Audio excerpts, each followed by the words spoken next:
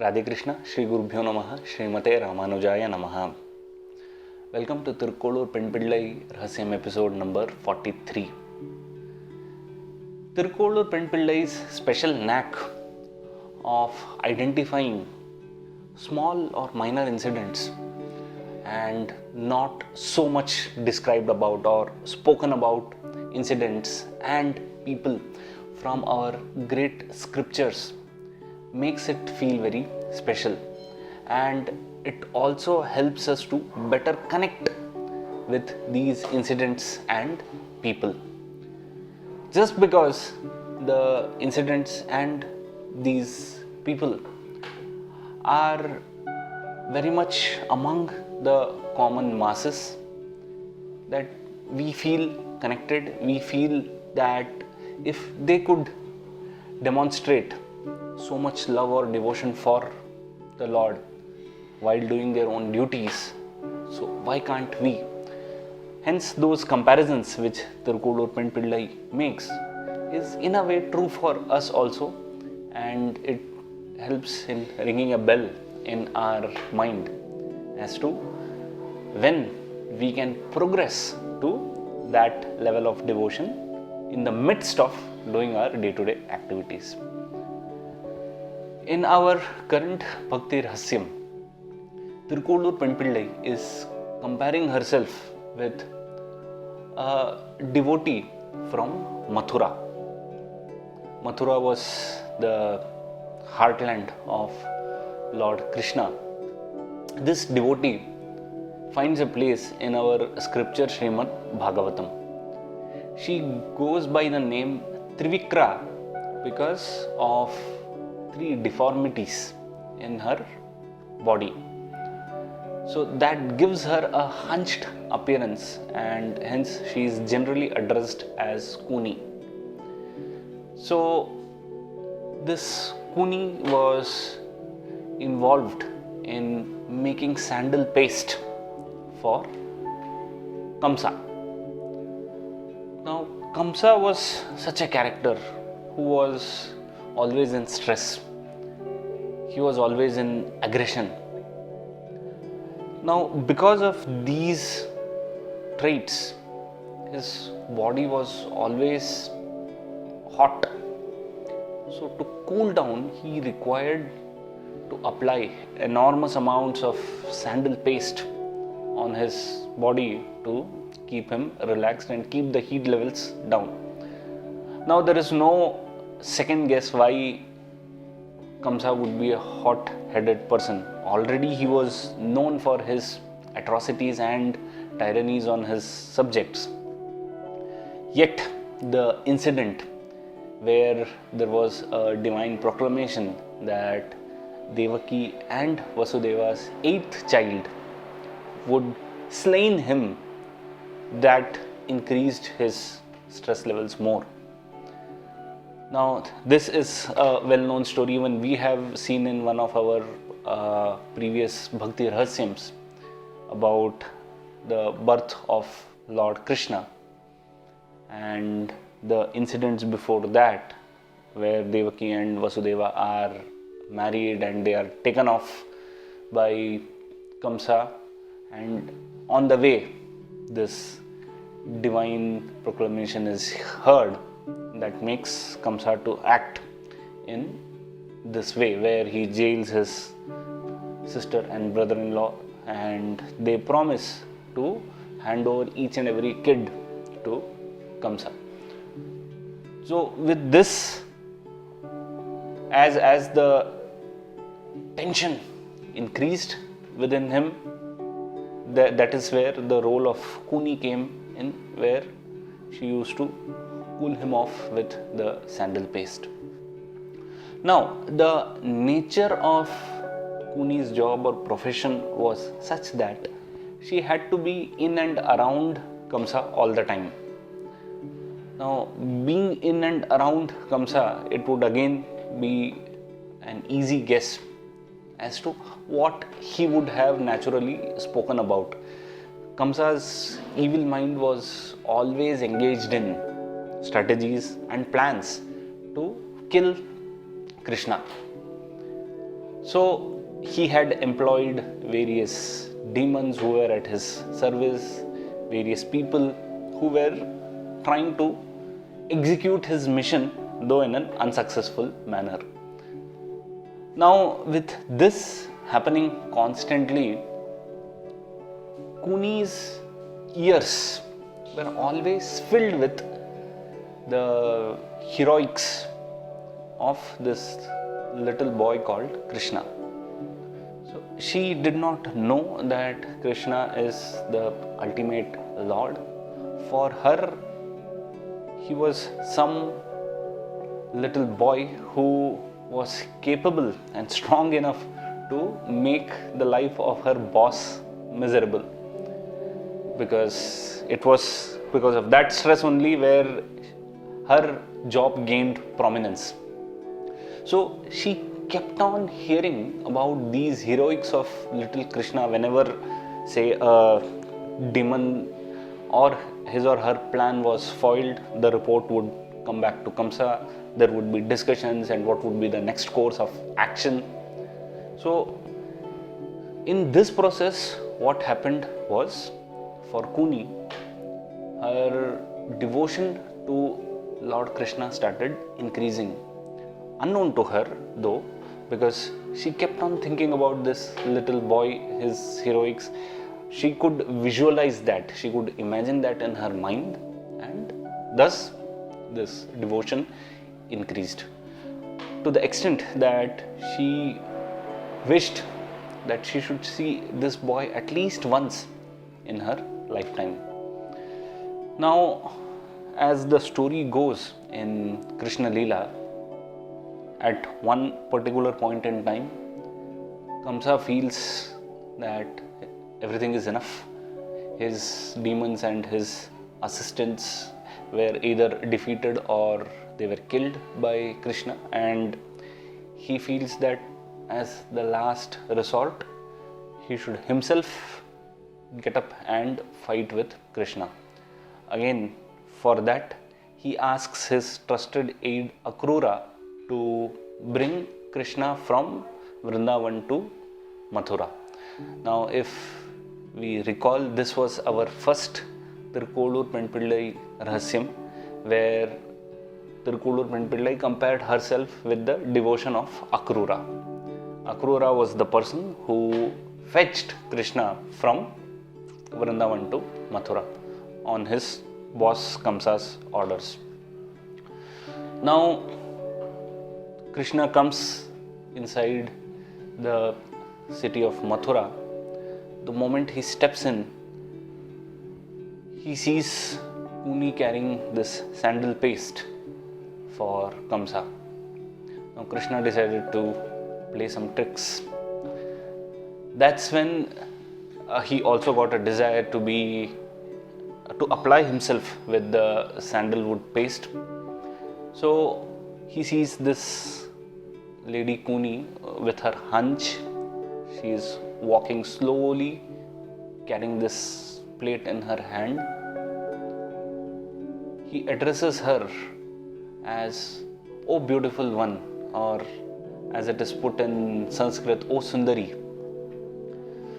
So Kooni is taken aback, because nobody till now has addressed her by this word. Though she was a young lady, but because of the hunch, she could not walk properly because of her deformities. Nobody even cared to look at her. Now, sadly, that is something which we encounter in our day-to-day lives. Only things which seem to be beautiful from the external part, that is regarded as supreme, without caring for the interior inherent qualities. So this needs no further mention, but this is something which we see around us in our day-to-day lives, and this was there back in those days as well. So for a moment, Kooni was taken aback that somebody had called her or addressed her as the beautiful one. slowly she turns to see who this person is. Again, because of her deformity, sadly, she is not able to move quickly. She is not that agile. So when she turns back a little bit, again with her gaze on the ground, because she cannot lift herself up quickly, so she could see the first thing was the Lord's divine feet, holy feet. Then slowly from the feet, she tries to lift her gaze, and there she sees the Lord in his beautiful form of Lord Krishna.